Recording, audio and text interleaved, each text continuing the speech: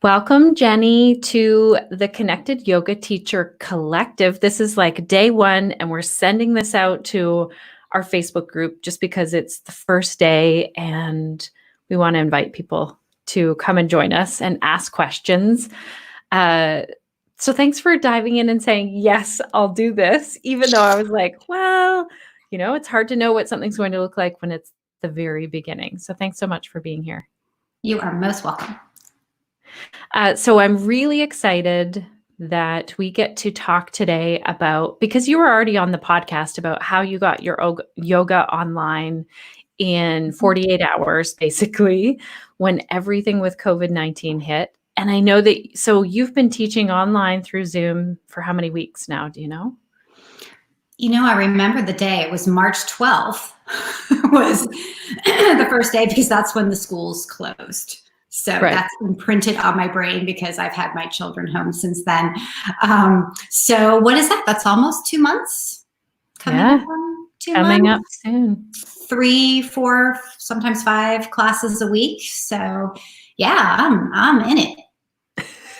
Well, I'm really excited that you can answer some questions from me, and then anyone who's watching live or anyone who's tuning in for the replay as well can post their questions. So very first, tell us, what is the work that you do and who do you do it for?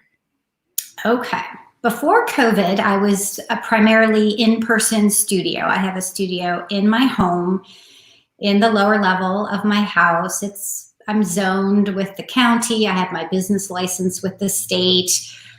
So it's very official, very, real. It just happens to be in my house, which is awesome because I don't have to pay rent and all of that. I am now 100% online, at least temporarily. My students primarily are folks really at any age dealing with persistent or chronic pain. I like to consider myself the yoga teacher that healthcare providers, maybe more specifically physical therapists, can comfortably send their patients to when they're either in the middle of therapy or when they finish therapy, because I have an anatomy background. I know what it's like to deal with persistent pain.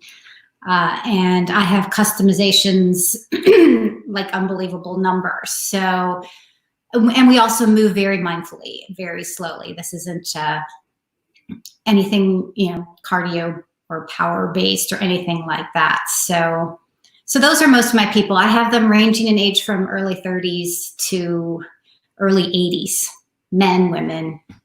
So that's primarily, right now I have primarily group classes. But I'm trying to grow the private session part because especially for people that are dealing with, maybe more significant pain issues like, osteoporosis doesn't necessarily present as pain, but, people that have got some real stuff going on that really could benefit from some one-on-one attention. So I'm trying to increase the number of private students that I have as well. Right. Oh, that's fantastic. I've had the privilege of attending some of your online classes, so I feel like I know what they're like. And that one that I attend is a lot about strengthening. So my legs have felt it every week. I think that makes me a little more unique too.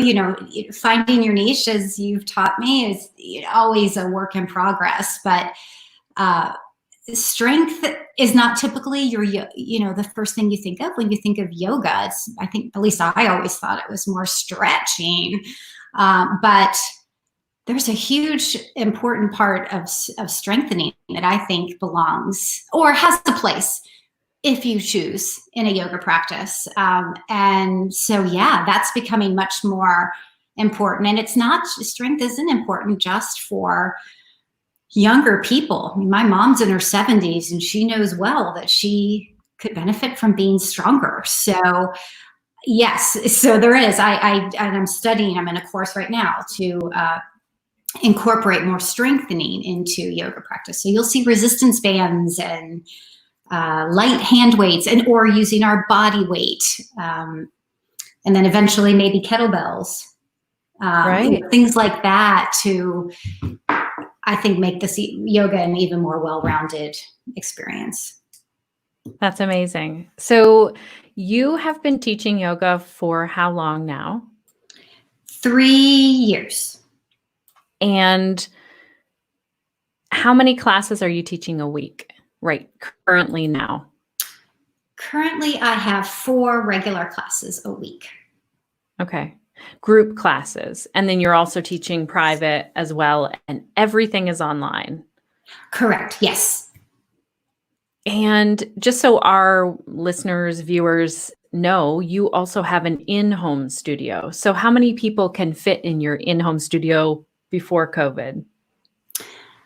Well, I could fit probably 15, 18 people. I don't do that. I cap my in-person, and actually, even now my online classes, I cap them at 9, because 9 people can really comfortably fit and say, stretch out in a reclined twist, surround themselves with props. So there's that reason why I keep them small, but even more importantly, it's so that I can give people personal attention. And that's important to me.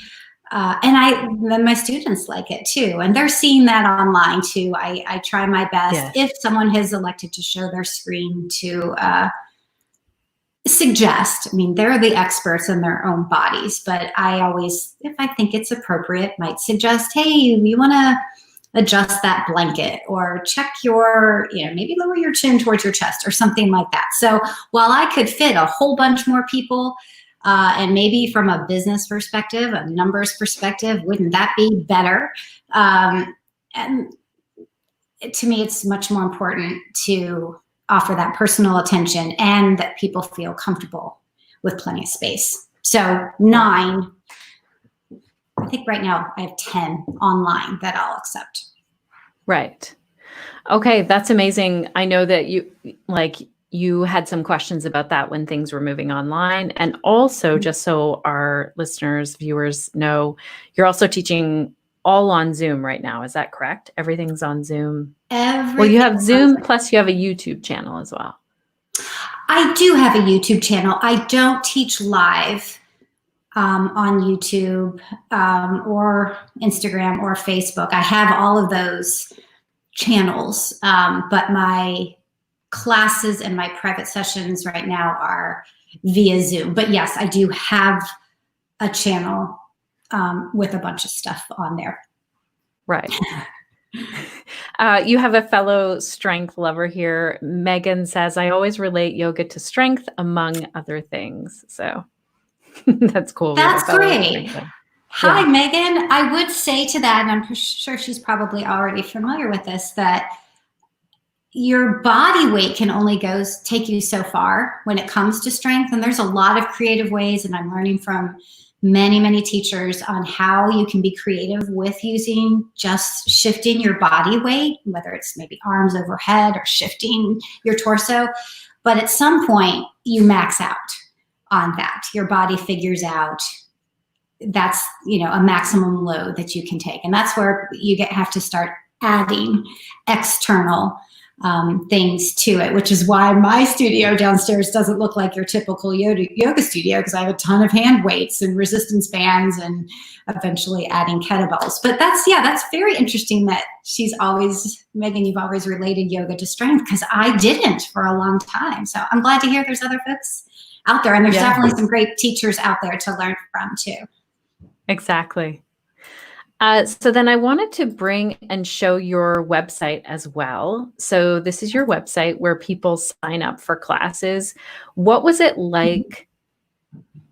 Were there some things that you had to change on your website? Like I see right here, you have live online classes. So that obviously changed.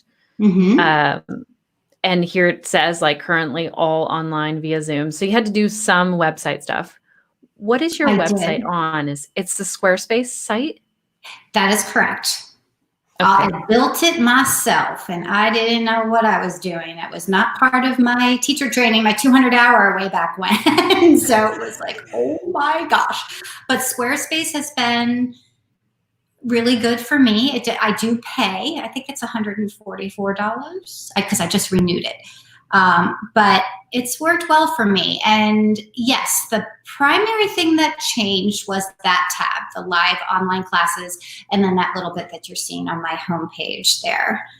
Right. Other than that, yeah, and I can, if you, that was new.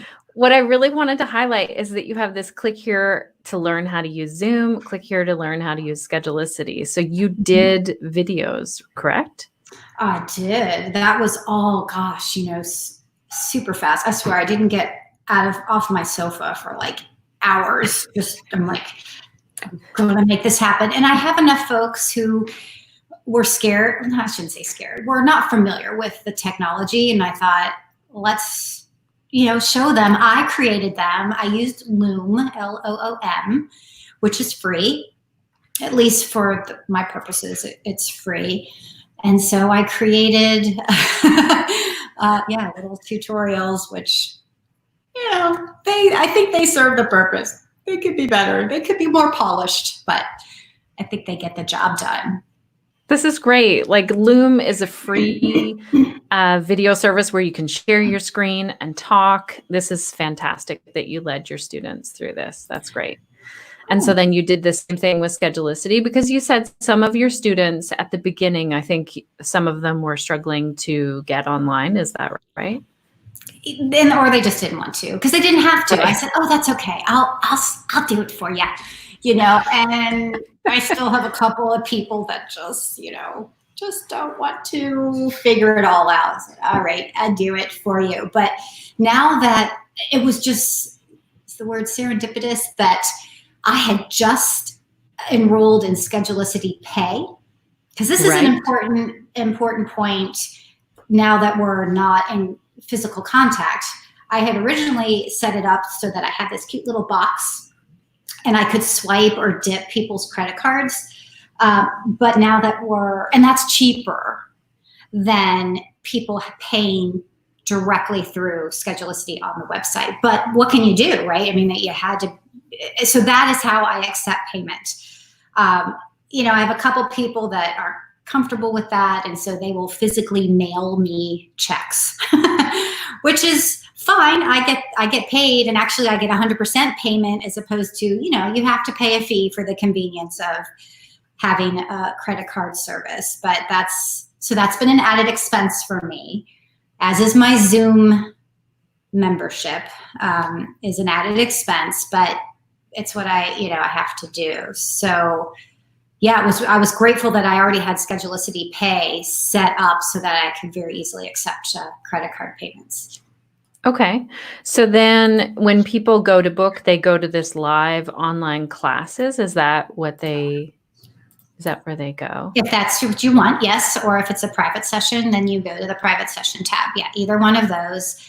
And my daughter, I hired my college daughter to help me with some of this, like, how do I embed the link kind of stuff? So she helped me. The private sessions tab shows it a little bit better. Okay. If you wanted to click on that, she figured out, isn't that nice? That little button is just, I think you had given me that advice, even though there's like, click here, the words, it's so nice to have a button. Right. And I just didn't figure out, and I didn't pester my daughter on how to get that button on the live online classes. So, but that's a nice feature there for private sessions. Just, another visual to make it a little bit easier. Where do I click? Right. Live online classes, I think you have to scroll down, and the button might be at the very bottom. Right.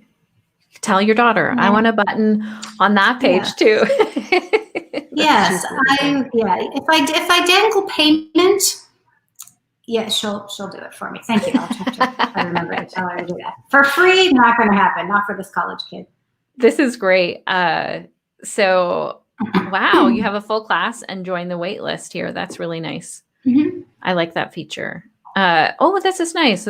So people can see there's only 6 spots left, and then they can jump in and sign in. And I know when I signed in, I bought a class pass with you. And then when I sign into my class, does it automatically come off of my pass then? when I Yes. register. Right. If you don't mind me interrupting, I'm not seeing what you're seeing as far as when you clicked on Schedulicity, but maybe that's too confusing. Let me, I'm so glad that you said that. Let me share.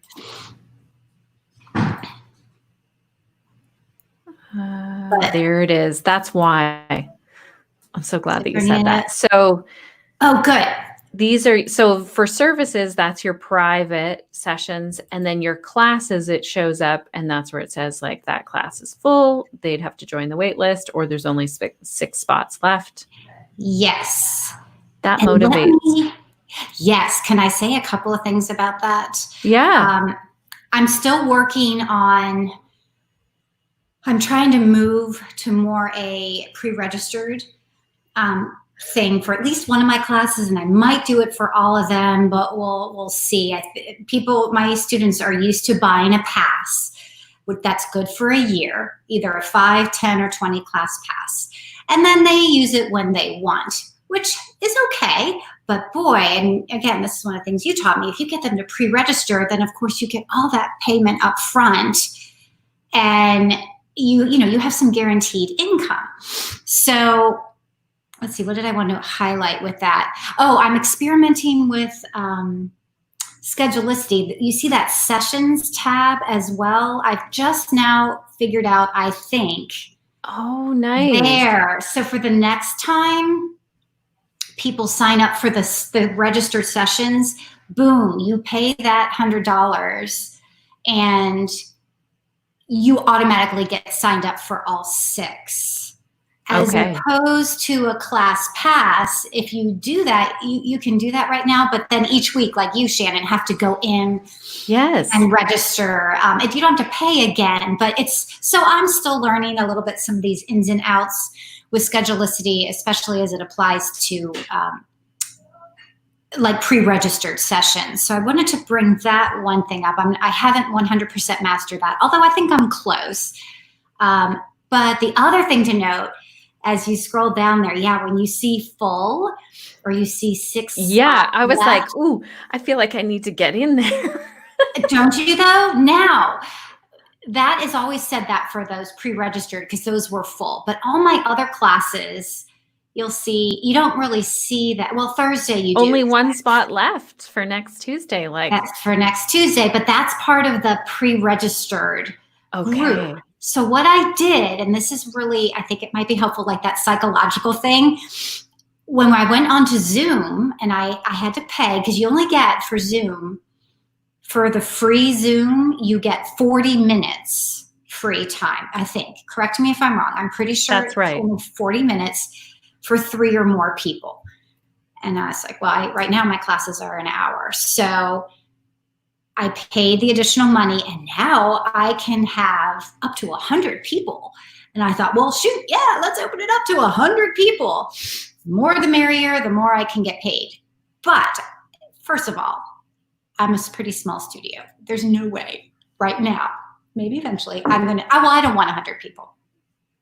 But by switching it, taking it down to 10, even though I'm not maxing out at 10 right now, usually, people see that. Whereas when it was 100, there was no way Schedulicity was going to say, oh no, only 98 spots left. It just doesn't look, so just folks should keep that in mind that, if you usually get, say, 20, maybe cap it at 25 or something like that, so that Schedulicity, at least as I use it, we'll put that little thing in there. Only 5 spots left. There's some value in that as opposed to going ahead and advertising. Yeah. So I love that you just answered Kathlyn. I want to say it's Kathlyn's answer. Right. Why do we limit it when it's all online now? And I've been to Jenny's classes and it really feels like kind of that small studio vibe of, individual attention for sure. I think that's amazing. If that's what, if that's what you want and that you like, and if you want to be able to see folks, not everyone's going to share their screen, right? I have people who prefer the privacy, that actually love the privacy of nobody's watching me. And I respect that. But if you have, I think the screen, the Zoom screen will show you, what is it, 9? And you've got 30 people, you're going to have to be swiping through. And again, personal preference. If you're not interested in interacting, or, that's not a part of your style, then you can certainly do the more the merrier. And I don't know how other booking softwares work as far as that really nice thing that Schedulicity does that, only a few spots left. I'm not sure how those others work, but those are some of the reasons why I keep it, why I cap the number. Yeah, that's amazing. Sherry, nice to see you here. And someone else is asking, is this scheduling platform a paid service? So do you want to talk about that, Jenny, with Schedulicity? Sure.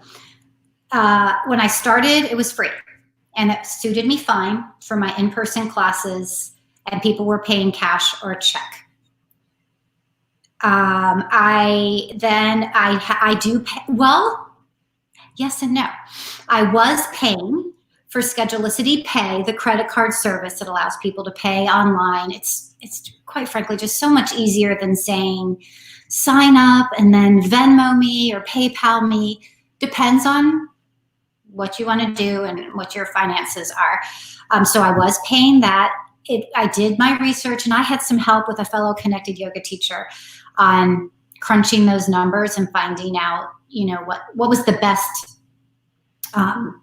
credit card service. And Schedulicity Pay really was, in my experience and with my colleagues' experience, really was the cheapest way to go. So I was paying for that. But I believe until July 1st, Schedulicity is waiving those fees. So for right now, I guess they started that maybe, what was it, April 1st? Something like that. So it was around that time. Yeah, right around. Yeah, I'm not paying anything. I'm getting the packaging. You do in the normal world, or after July 1st, you do pay for setting up packages for people. You pay for the credit card service. There's something else I pay for. Oh, text reminders. Awesome, I was so impressed when I got the text reminder for your class. I was like, oh, this is handy. Yeah. Very nice. People have to opt into that. And I did, I had the option to send a blanket email to everybody who's in Schedulicity to say, hey, if you'd like a text reminder, but I think you have to opt in for that. And that's free right now. But then, that will all change, but I'm finding it very worthwhile. So it is a paid for what my need of being all online and credit cards and all of that. Yes, it's paid. Yeah, I agree with this Facebook user. If ever your name doesn't come up here, it's because you have to allow StreamYard to have your information or something. I'm sorry, I'm not giving you a shout out for name. It is really nice that it details how many people are in the class. That's great. Sherry says she loves it. She says, great idea, Jenny. And then Kathlyn says, so it's just psychological. Brilliant. I mean, there is a huge aspect to that when you see these only one spot left. I feel it because I know I go to Jenny's class and I'm like, I gotta get signed up for that. Oh, unfortunately, Julianne, you can't use Schedulicity in Europe. So you're looking at something like Acuity, Calendly, Offering Tree might be available in Europe, or the tool that my brother just developed. But it's a little bit different. It's more of a directory right now. Oh, and Kathlyn saying, my Zoom shows 16 people. Ooh, I'll have to see. Well, I'm not going to take that many people, but that's terrific to know for people that have bigger groups, 4x4. Maybe that's a setting in Zoom that you set up. So I think mine is 3.6. I think mine is set at 9. So that would be interesting to investigate. While we're, if I could jump in just real quick. Yes. So that I did reach out to Schedulicity about integrating with Zoom. They're lovely people, but they said right now that's not something that they do, but they appreciated the information. Because ideally, what happens now, people sign up on Schedulicity. I get an email and a text, and maybe you can customize that. I don't mind getting both because I can use all the reminders I can get. When I see that so-and-so has signed up, I then send them the Zoom link. And I do have a password and a waiting room set up for Zoom privacy or safety to prevent those Zoom people, bombers or whatever they're called. Right. So sad. What I would love is if somehow Schedulicity would have it set up that, the people would automatically get that Zoom link. But they did remind me, and this I do, is you can send a group email. So you've got, say you've got your 8 people registered for a class. I can hit one button, email clients just for that class, and send them the Zoom link along with, for me, it's like, make sure you have a block or, well, in most people's cases, a sturdy Tupperware or Gladware container, for if you need some, or blankets or pillows. So that does exist, and that's nice. But for those last minute people, because I do have some people that'll register at the last second, and if I'm getting ready for class and I don't see it, sometimes it's like, oh shoot, I gotta send them the link last second. So they're aware that at least one of their Schedulicity users would appreciate a full integration with Zoom, but it's not too bad. Right. Well, that's great. That's so good that you kind of walked us through how that goes. And that's what Carolyn was asking, like how Schedulicity works with Zoom. Yeah, it doesn't integrate with Acuity or Calendly. You would get the link right away, but it also has features that you just don't get with something like Acuity or Calendly because it's set up. Schedulicity is set up for yoga studios or massage therapists, or they have different audiences. They're their customer service is great too. I like them. It is. Somebody else is saying, I have MindBody. I'm a very small studio and was thinking about switching. I've used both MindBody and Schedulicity, and 100% hands down, I prefer Schedulicity for something that isn't like multiple studios. For a really big organization, I can see why someone would use MindBody. Or if you're using MindBody and you love it, I'd say stick with it. But if you're thinking about switching, I'd reach out to them if you're in North America. So Schedulicity Pay is only available to all of you in the US. I'm quite jealous, actually. I can't get it in Canada. But I use mine integrates with Stripe. So, and Nick is saying, love the how many spots feature. Hi, Nick. And here's because these payment platforms take such a big chunk in fees, I can't afford to lose that or increasing my rates. E-transfer also works. So e-transfer only works if you're a fellow Canadian and everyone is coming to your class from Canada. But for Jenny and I have to be able to pay online to go to her classes in Virginia. But I know, so I forget what the payment fee is for Schedulicity Pay if you're in the US, but it's pretty minimal. I forget what it is. It's like 2 point something. But I'm not sure. I think that sounds about right because it's now online. It was cheaper in person, which I think it was Dominique. Oh, I can't remember. I think it was Dominique that told me, just keep that in mind. If people want to sign up, this was in the old days in March, you could have people register on Schedulicity, but then bring their credit card to the studio because it's cheaper in person. Right. We don't have that luxury right now. But I will say to the person that's using e-transfer, you said is that in Canada, you said? Canada, yeah. That's like your Venmo kind of thing. Yeah, we have Venmo and PayPal. Right. And, I can still do that. I don't have it set up on Schedulicity right now. I just made the decision that I'm going to eat that charge and have people save their spot. It also guarantees I'm going to get paid. Right. If you say somebody, they can register, and Schedulicity does give you that option. You can have people just hold their spot with a credit card, do a partial payment or full upfront payment. And I elected to do that because I just wanted to make sure I got paid. Otherwise, people sign up and then you have to sit there and wait and hope, and most people I'm sure are honest, but hope that they actually do that e-transfer or that PayPal or that Venmo. I guess you could wait for that before you send them the Zoom link. The link. And this is what Michelle was saying. Does Schedulicity send an auto-generated email? They do. And you could include the Zoom info in that if the link is the same. But am I right, Jenny, that you would create multiple different links for different classes, or how do you do that?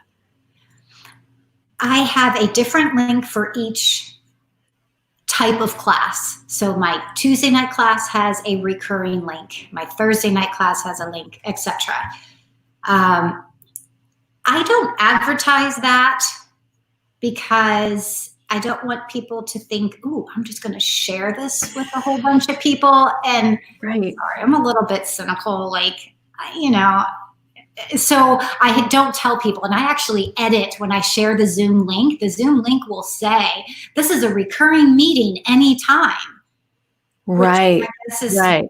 I don't know, that's how I set it up. Maybe there's something I can do to make that difference, but that's what it says. So I go in there and I say, this is meeting on this date at this time, just to discourage anybody from thinking, woohoo, I'm just going to save this even after I pay. You know, maybe I'm done paying and I'm just going to keep logging in. I don't know, probably, again, overly cynical. I will say, though, I've opened this up now since we're all at home, and people have been taking me up on this. I'll say, if you have family members in the house, maybe you've got whatever age, and they want to hop on with you, you know, no extra charge. They don't have to register and pay extra. You know, it's one way that I can still get paid. I didn't change my rates. I kept them, which Shannon was really helpful in making sure I stayed with my rates. And this is one way that I feel a little bit, you know, a little more generous. And I have people that'll bring their college kid on with them, a spouse, you know, partner, what have you. So I don't charge them. Like, just jump on in. So it's a little something. That's amazing. Dawn was saying, yeah, no one gets a link before I get paid. Good for you, Dawn. I think that's super important to have it that way. And I also wanted to get into, what are you using on Zoom? Like, what is recording? Well, here's a really interesting thing that I know just from coming to your classes. I see that you're not recording them, but they're streaming live. Do you want to explain how that came about?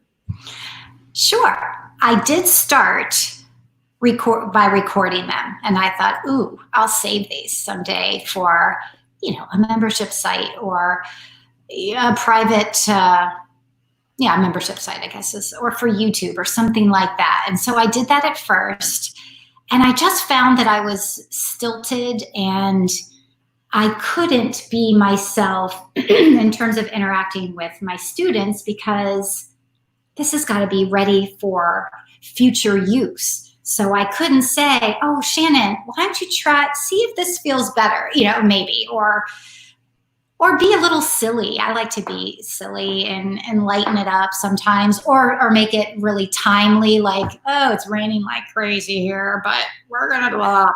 I didn't feel like I could do any of that because I wanted it to be, you know, timeless.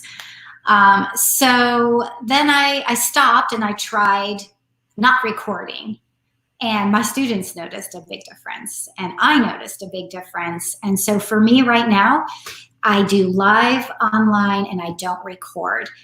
I had mentioned that probably in the Connected Yoga Teacher group, and someone said, you know, eventually you could probably get comfortable enough or to actually record them again.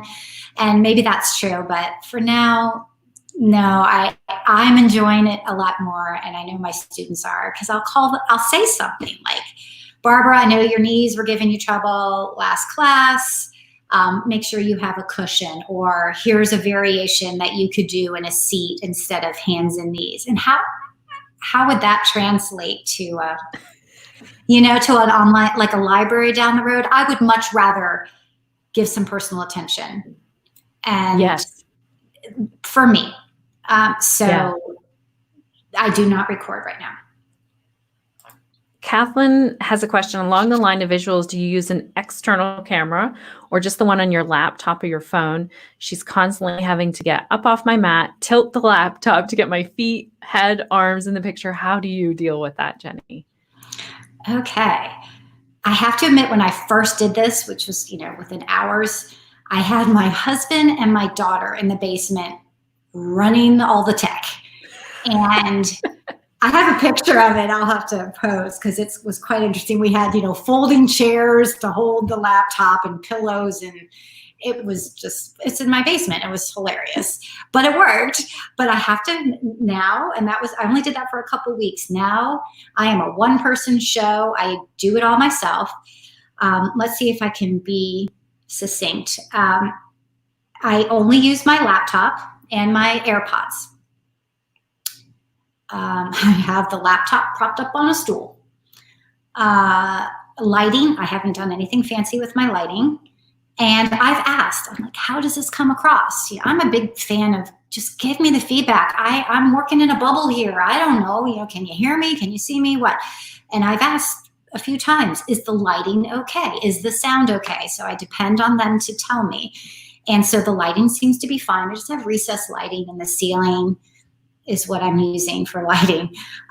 Now, in terms of the tilting, what I do is I have a cushion that I sit on when I'm close. So when we start with our centering, if I lead them through some sort of breath practice or even a guided meditation, although their eyes are usually closed then. When it comes to even seated or standing poses, I have the computer set up that then I just scoot back. I just stand up back there. So it's ready. I don't need to move it. So for the up close, I'm sitting on a cushion like about here. And then when it's time for the standing poses, I just stand up and walk a few feet back. Should have done this in the studio. Because of the AirPods, sound is fine. So yeah. And I still don't think I'm not too far away. They can see me, they can hear me for those, head to toe times that you need it. And then I dim the lights for Shavasana. One sound thing to keep in mind, most of us, when we're ready to move into Shavasana, we talk a little quieter, enjoy your period of rest. And then I quietly bring them out because some of them have literally fallen asleep. But I got feedback from people that said, I couldn't hear you at the very end or after Shavasana. So I've had to elevate my volume. And so far I haven't jolted anybody and scared anybody, but just to keep that was my experience, that your volume has to be a little bit louder than maybe, at least for me with the AirPods. And someone asked, how's the quality? People are fine with it. I mean, these are these are just the original ones. These aren't the fancy pro ones, I don't think. I've had them a couple of years. They're fine. They allow me to be mobile. Even when, think about this, like I do spend a lot of time with mindful shoulder circles and trying to show people what protraction and retraction looks like. So I turn around and they can still hear me because I want them to see my shoulders. So I'm a big fan of portable. I do use that lavalier mic. I think, Shannon, you have the same one. And Shelly Aaron, am I? Yes. Person? She's the one who had recommended. But those are for my YouTube videos. For my classes, it's my Mac and my AirPods. I hope that right. Your YouTube video, I thought, oh, the sound is really good on this. And then I saw that it's the lavalier wireless mic. But it's interesting that you don't use it for your Zoom. That's really good clarification. Yeah, someone's asking. Yeah. Oh, sorry. Someone's asking, how much do you charge for your classes? Yes. All right. For context, I live in Northern Virginia, just outside of Washington, D.C. I'm in Loudoun County, Virginia, which at last check is still the wealthiest county in the country. That doesn't mean we don't have our share of all socioeconomic levels, but for some reason that's the case in our county. I did a thorough market research to find out what would be competitive and appropriate. So competitive, comparing other studios, and then based on, my skill level and the number of years I've been teaching. And so what I charge is $19 for a drop-in. And that's including online. I did not change my prices. A 5-class pass is $80. A 10-class pass is $140. And a 20-class pass is $260. So you get a little bit, $1 or $2 cheaper per class if you buy a pass. All the passes are good for 1 calendar year, which I've been known to extend if someone had a long business trip. Most people, though, blow through their passes, but Schedulicity will eliminate it after a year. And then I have the option of, ignoring that or what have you. So those are my prices right now. Trying to move to these pre-registered sessions, as I was talking about earlier in the call. I'm still playing with that in terms of making sure I get what I believe is my deserved hourly rate without them getting some sort of sticker shock. So I'm still playing around with that. Right now for my prepaid package, like you pay for 6 classes up front, it's $100, which comes to a little under $17 a class. That's great, Jenny. That answers the question. So glad that you answered that. It was really a very clear answer. Also, I think with the registered session, the one bonus that I know exists is everyone pays once. You know who's showing up each and every week, and then you send them the Zoom link and you're like, this will be our Zoom link for the whole time, For sure. Yeah. It's hard. It's just, I think that the transition is just difficult for my students who are the past 3 years aren't familiar with that concept. So it's trying to kind of change the culture a little bit and get them to commit, to a set of classes. And the first time I did it, I filled up. So we'll see. I'm getting ready for round 2. I just sent out the email saying, hey, we're halfway through. I have to give a shout out to Nick Danu. I hope I'm saying yes, that. Nick's here, yeah. She was really helpful in helping me figure out just, how to do that and when do you start talking about the next one. And so we'll see. The jury's still out as far as this next wave because we're getting into summer.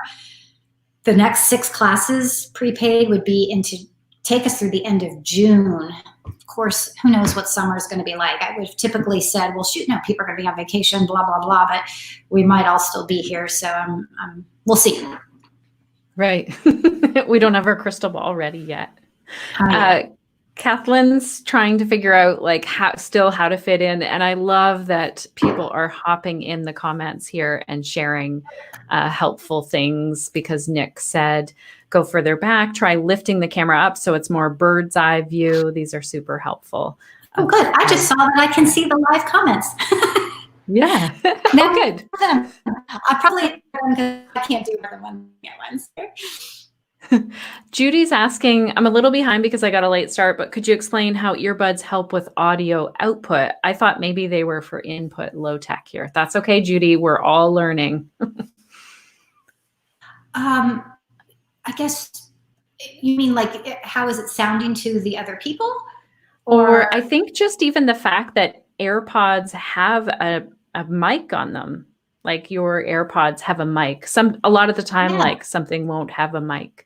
Oh, let's see. I think it's on both the bottoms of both of these. Yeah, there's just a cute little microphone there. It's it's I can hear them, they can hear me. I did experiment. I did try just using the laptop, my Mac mic, and they're like, no, don't do that again, please. Keep the AirPods, and they're an investment. I mean, I will say they're not, the cheapest thing, but boy, am I getting my money's worth. Yes.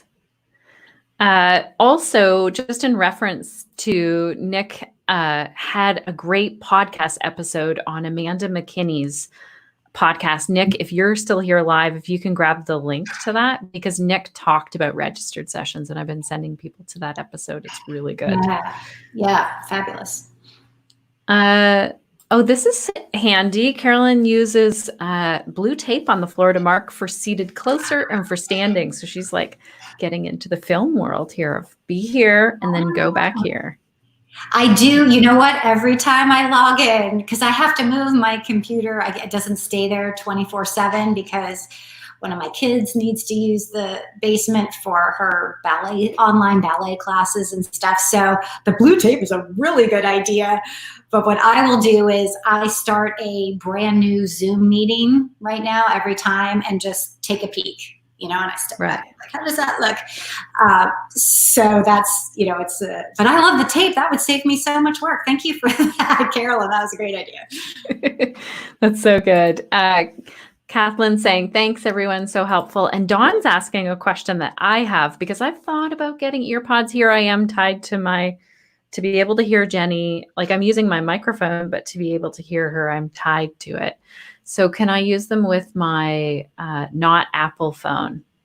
I don't know. We are Apple. If someone else might know in this, that's okay. Yeah. You can't know everything, Jenny. What? I don't know either.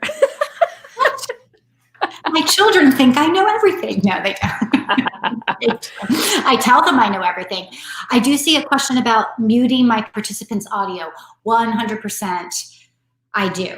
And what I will say at the beginning of class, if it's one of the classes where I think there might be a lot of questions, not the Tuesday night one, because that we pretty much just move. I mean, we're not stopping. But Thursday night, which is a strength and stretch class, and people sometimes, I'm doing a lot of new stuff. I will say, if you have a question, please post it in the chat. And so I keep that chat box open, and my vision is still good enough that I can, nobody's done it yet, but I'll say, hey, you could put something in the chat and I'll try to take a peek. Or I'll say, can you, save it? And then after class, I stay on for a few minutes. You can ask me any questions about if something didn't work for you, or I'll say, please reach out after. And I really am happy to help. But yes, I do mute to everyone, and I give them the option whether or not they want to show their video. That's great. Carolyn is saying, someone told me that their Android worked with Bose Sports wireless ear AirPod version. So if anyone has tips for Androids and AirPods or ones that you love, put them in the comments for sure. Judy's saying, I learned from another venue to bring the camera about 10 feet away and put it at waist height. That should give you a good starting point, and we might not all have 10 feet to work with. I agree, Judy. Like, I'm pretty tight in here in my office, but this is where I would teach one-on-one online yoga live. Yeah. Keep in mind too the value in verbal cues. I'm trying much more so to learn. I mean, we all should, as yoga teachers, have a fair amount of that, so that I think we can be more present for our students and let them be more present for themselves, as opposed to having to watch us all the time. So that's another, I'm not to the point where I can 100% verbally cue, especially standing type, poses, or especially for a new student, but trying little bits to move in that direction might help in terms of having to have the perfect video to be seen. Right. I'll maybe make that as a goal, is to really work on our verbal cues. And that is not easy for sure. Yeah. I loved how, so I went to Jenny's class one week, the next week, and everyone was turning their camera off. And I wanted to keep mine on just so that Jenny felt like somebody was there, because it's just like black screen. And then I showed up the next week and everyone had their camera on. So do you want to talk about how you did that? I asked them. It was Francesca Cervero's suggestion. She feels very strongly that video we should be able to see, because then we're truly teaching and not just demoing. And I think Nick had some pretty good thoughts about that. In fact, I think Nick might require people's video be on. I might be, I'll let, she'll certainly can jump in. I just put it out there when I sent the Zoom link. I said, hey, if you'd like, consider sharing your screen. I might be able to give you some feedback should you want it. And so people did. They're still working out how to set their cameras up so I can see them, and that's fine. We can work on that outside of class. I do that with my privates before I start a private session. We get on Zoom like the day before and say, okay, how are you going to have this set up? Can you see me? Can I see you? How's the sound? So we don't waste time in the private session. So that was all I did. I just asked them to consider it. It was very interesting, though. I had a student who is a middle school, I think, teacher, elementary or middle school teacher. And so she is virtually teaching via Zoom all day long. And she said, Jenny, I hope you aren't offended, but I just don't want to be seen. Right. She said, I said, of course, I'm going to respect that. She said, you still come across just like you did in class, which, relieved about that. She said, and I just love being, completely private. So of course, if someone doesn't want to show their screen, I'm not requiring it, but I just thought that was really interesting. She said, I really love online classes in the privacy of my home, and I can just do my thing. So it's a really nice feeling if you think about it. You could show up in your pajamas and you could do whatever, you could skip a pose, because you're like, but you're right. You have to you'd want someone to have an understanding also of your teaching style and all of that stuff. So Nick was saying she does require it. She has pre-recorded video for those who are too shy. So that's another great option. The great thing about what I see is when yoga teachers are taking their teaching online is that then they're figuring out, who am I online as a teacher? And sometimes it's different. Sometimes it's the same. Julianne says, I think I need to tell the people to sit so I can see them. That's really that's the thing. If they don't set things up properly, all of a sudden, I practice here and I have to kind of tilt my camera down if I'm attending and I want the teacher to be able to see me on the floor. Otherwise they just see the wall. Yeah. And my Sunday class is a slow stretch, like a yin class. And we never get any taller than hands and knees. So those folks can just put theirs pretty much on the ground, or maybe prop it up on a couple of books, put it sideways. I can see them, the whole time. Those kinds of classes are really easy. It's the up and down, standing down to sitting kind of thing that gets a little harder. I did see somebody was asking about battery. Yes. Okay, I am crazy when it comes to having things fully charged. My family thinks I'm crazy. If something's below 80%, I'm in a panic. That's why I do yoga. You're prepared. So my basement, I have the laptop plugged in. If it's going to eventually wear out my battery, I don't care. I keep it plugged in. I have a long extension cord. I have a big basement, so I need to be able to do that. I make sure my phone, that's where I keep my sequence, because I'm one of those teachers that still likes to peek. I don't put a priority on having a class memorized, especially when it comes, that just hasn't ever been a priority. And I ran that by my students too. I said, hey, does it bug you if I'm looking down once in a while? And they're like, no, we're busy doing what you're telling us to do. We don't care. So I have my sequence as a Google Doc on my phone. That I peek at once in a while. Renee Claire does a good job. She puts it off camera. I think I saw that maybe she had her sequence, but it's off camera. I thought, ooh, I should try that so that maybe you think I have this memorized. AirPods, 100% fully charged when I open up class, and they last comfortably 75 minutes. After that, it gets a little dicey. So that's in part why my classes are only an hour, and that allows for a little bit of pre-chit chat and post chit chat, or I do a yoga nidra a couple of times a month, and allows me to have enough power. Because if they die, then I will have to use my Mac microphone. So I think I usually can pretty comfortably go 75 minutes without them dying. Right. Okay, that's amazing. I see there's a few people chatting back and forth in the comments. That's so great. Let's see. I have a student who's a teacher and doesn't want to turn her video on too. I touch base with her a couple times during class, make sure she's okay. At the end of one class, she asked if I could see her because it felt like it to her. Oh, that's so sweet.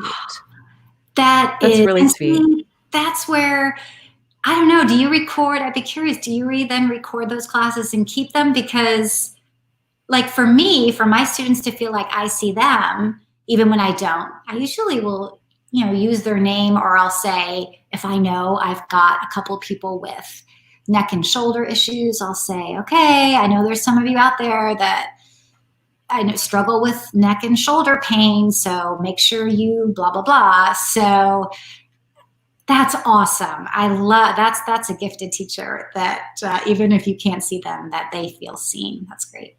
That's really nice. And someone else is saying, I give people the choice, especially if they're self-conscious of their environment. Some people's environment is not as zen as they think it should be, which is the way. That's why we do yoga. But exactly, not everybody wants to be on camera. So we really have to decide. Okay, so we're talking about recording in the comments here. And Debbie says, this is so helpful. I agree, Debbie. This is why I wanted to bring yoga teachers on for this idea of the collective. The people that are doing it could really answer the questions and tell us, like, what are the tools that you're using? How does this work? Like, walk me through and answer the questions live. So I'm really excited about it. We have some good guests coming up to be in the collective. Today, it's like out on Facebook and YouTube for everyone to see. And then it will be $1 for the first month to sign up if you want to see the whole library of videos. And then $19 a month continuing on. But we're trying it out and seeing, can we put a whole pile of resources in the collective? And keep it at a really reasonable price, $1. And so someone's saying, I use a preset yoga sequence, keep it off camera. This is really smart. Like, you could have a giant poster board near you. No one would know now. Yeah, with my eyesight, I could use that, because I'll tell you, the phone is like, what did I have next? Yeah. Carolyn saying she uses 5x8 index cards, sitting off camera. I love it that everyone's just sharing, because some of us can easily memorize a yoga sequence. I always would teach with my flow in front of me. Not that I'd always stick to that, but I usually had it in front of me. For yoga nidra, hopefully Kaya says, yes, Shannon, you've got it right. I keep it near my laptop. That's the thing. If we're reading something like that, instead of bringing people out, I save it now and let them stay. Oh, Carolyn, do you mean that you let them stay? Oh, I was wondering about this. Jenny, the other night, I was super tired. I was at your class and I just thought, I wonder what Jenny will do if I just lay here. Do you ever have people that say they just want to like sleep on the floor for a minute? I've had other teachers, Sean being one, at the end, he says, if you want to just stay here in Shavasana, stay as long as you'd like. Otherwise, I'm going to start to wrap up here. And I've had other teachers do that too. I haven't done that, but there's nothing to say that you can't.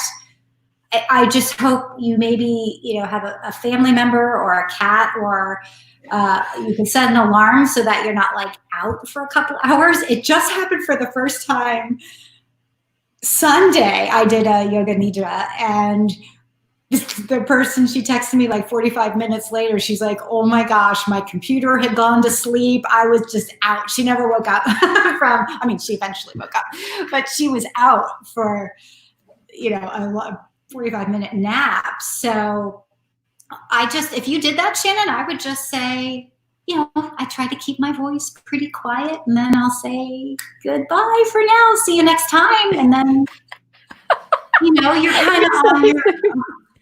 Right. You'd still see me. Oh, she's still sleeping. Yeah, I it's wish interesting. I could shake the camera. Shannon, wake up, Shannon. I don't know. It's a good question. I know it is. I'd be interested to hear what other people do. Yeah. I love this, that Kathlyn says, I tell my students I can feel the energy in our room or shared space and encourage them to sit quietly, tune into that energy as well. That's really nice. I would love help with that. My struggle is with some of my folks is convincing them that online can still be good and still can be really good. That I think I'm having a hard time convincing some folks, and I don't want to be too pushy and like, come on, just try it. But I 100% agree with Kathlyn. Yeah, I feel I'm so much calmer after I teach, not even after I practice, after I teach. So there is definitely an exchange of energy, but I'm finding that a hard sell for some folks right now, personally. Right. I agree. Some people don't always think that it can be the same way, or they're on their screen all day and they're like, oh, the last thing I want to do is show up for a yoga class on my screen. But I have been loving it. Debbie says, I've been doing Facebook Lives, but now I'm going to try Zoom. Yay, Debbie. Let us know how it goes. Dawn saying thanks. Sinead is saying she's teaching her very first paid online class today. Yay. Oh my gosh, that's so exciting. Carolyn saying, cue them to stay where they are if they want, rather than bringing them back to their seat. Yeah, that's so nice. And Sinead has a question here. I'm planning on the same, Dawn. Does Zoom record the participants or just the speaker view? Do you want to talk about how you do that, Jenny, to make sure that your students, do you spotlight your video on Zoom or no? I do not. You don't? I'm familiar with it. I've heard of it. I have not spotlight. I will tell them to click on either pin, gallery view, or speaker view to make me bigger. Yeah, that's all I've done, because people have said you're so small, and I always see squares. So I know there is a spotlight feature. I have not. I hope maybe somebody else could maybe address that. And I don't record, so I can't speak to that either. So Spotlight, if you have more than 2 people, so if you have 3 or more people, you can go to the little 3 dots near your image. You can also search Zoom Spotlight video, and you'll find all of the visuals to go along with this. But it will help you to spotlight just your video, especially if you're going to be recording. If you only had 2 people, that's a one-on-one session, then really they should be able to see you if they do what Jenny just said, press speaker view instead of gallery view up at the top right. Yeah, and then there are some settings as well when you're going to record. You need to choose if you're going to record to the cloud or your computer. It's going to take a ton of room on your computer if you do computer, so it's usually worth recording to the cloud. The audio and video quality will be a little bit less, but I think it's a completely different thing than creating a YouTube video. So I hope that's helpful. Someone's saying, yay, Sinead. Yeah, this is really nice. This is where we get to practice. It's so good. Thank you, Kathlyn. Yeah, it's been hard for a lot of us, I think. Okay, so here's a great question, and we'll have to get ready to end soon because we've actually gone over a few minutes. Thank you, Jenny, for that. In the future, how do you feel that you will continue online and in studio classes? Will you video the class you're teaching so people can do it at home at the same time? Judy's thinking about this now. Yes, excellent question. I miss my people and the studio and being able, I'm not a hands-on teacher. So I don't offer much in the way of physical assists other than for awareness. Like if they're not sure if they're drawing their shoulder blades together or something like that. Otherwise I don't do hands-on assists or alignments, but I miss like tucking people in for Shavasana. Those kinds of physical things, or just that being together. So I very much look forward to that. I have lost some students who said that, I could think of a couple who stopped coming because it wasn't about the postures, it was about the community and the talking before and the talking after and just that in person. So I do hope to get back to that someday. I think it's going to be a while for me, because the studio's in my home and I just don't see a light yet at the end of this tunnel. But given that I've gotten some feedback about people really loving online classes, I could definitely see this being a more regular part of my business, especially now that I have outreach nationally, internationally, right? So, but in terms of, will I be recording? I'm having a hard time considering that, because as I had said earlier, I find I'm just so much more natural without recording, because it's more personal and I'm actually referring to the students that are in class, offering suggestions that are personal to them. So I do see, hopefully in an ideal world in the future, I'm going to reopen and I'll have my in-person classes, and then maybe I offer,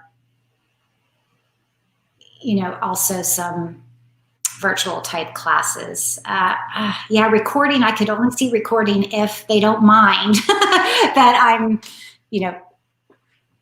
really not calling them out, or yeah. So that's really good. Question. Debbie said she misses walking around and soft touch alignments of live classes, but being online is so amazing. So that's really nice. And Kathlyn saying this has been so helpful. I'm so glad. Keep posting. If you're watching the replay, keep posting your questions in the comments for sure.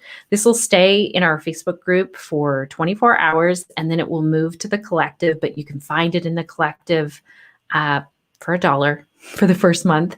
And Jennie, if people want to attend class with you, because now anyone who's watching this can, how do they do that? Hey, I would love that. That's been just one of the greatest gifts, is literally connecting with fellow yoga teachers and taking, when I'm looking for a class, I go to Shannon's website and, find online yoga, and that's where I go. So and I'm on that page on your home, the Connected Yoga Teacher homepage. You can find me that way, or go to my website, which is Breathe with Jennie. Yeah, Jennie is spelled a little unusually, .com. If you're interested in a private session, there's a private session tab. If you'd like to take a class, there's the live online classes tab. You sign up. It's pretty easy, although I have those videos. Maybe those Loom videos on there will help. But let me know if you have any questions. That would just totally make my day if someone wanted to come to one of my classes. Anybody that's been on this, I'd love that. Well, I'm excited. I think I missed my spot, but I'm going to get in there and register. Maybe I can open up a special slot for you. We'll talk. And then if anyone wants to join the collective or possibly be a guest expert like Jennie and walk us through your process, you can go to the connectedyogateacher.com/collective and find out all of the information there. And like I said, it's a brand new thing. So we're just rolling it out very slowly, trying to get the kinks out. And I was so glad that Jennie was up for being the first guest with that. Thank you so much, Jennie. This has been amazing to talk with you. And I think it's been super helpful for our yoga teachers who have been watching. So have a great day. Thank you. Thanks, everyone.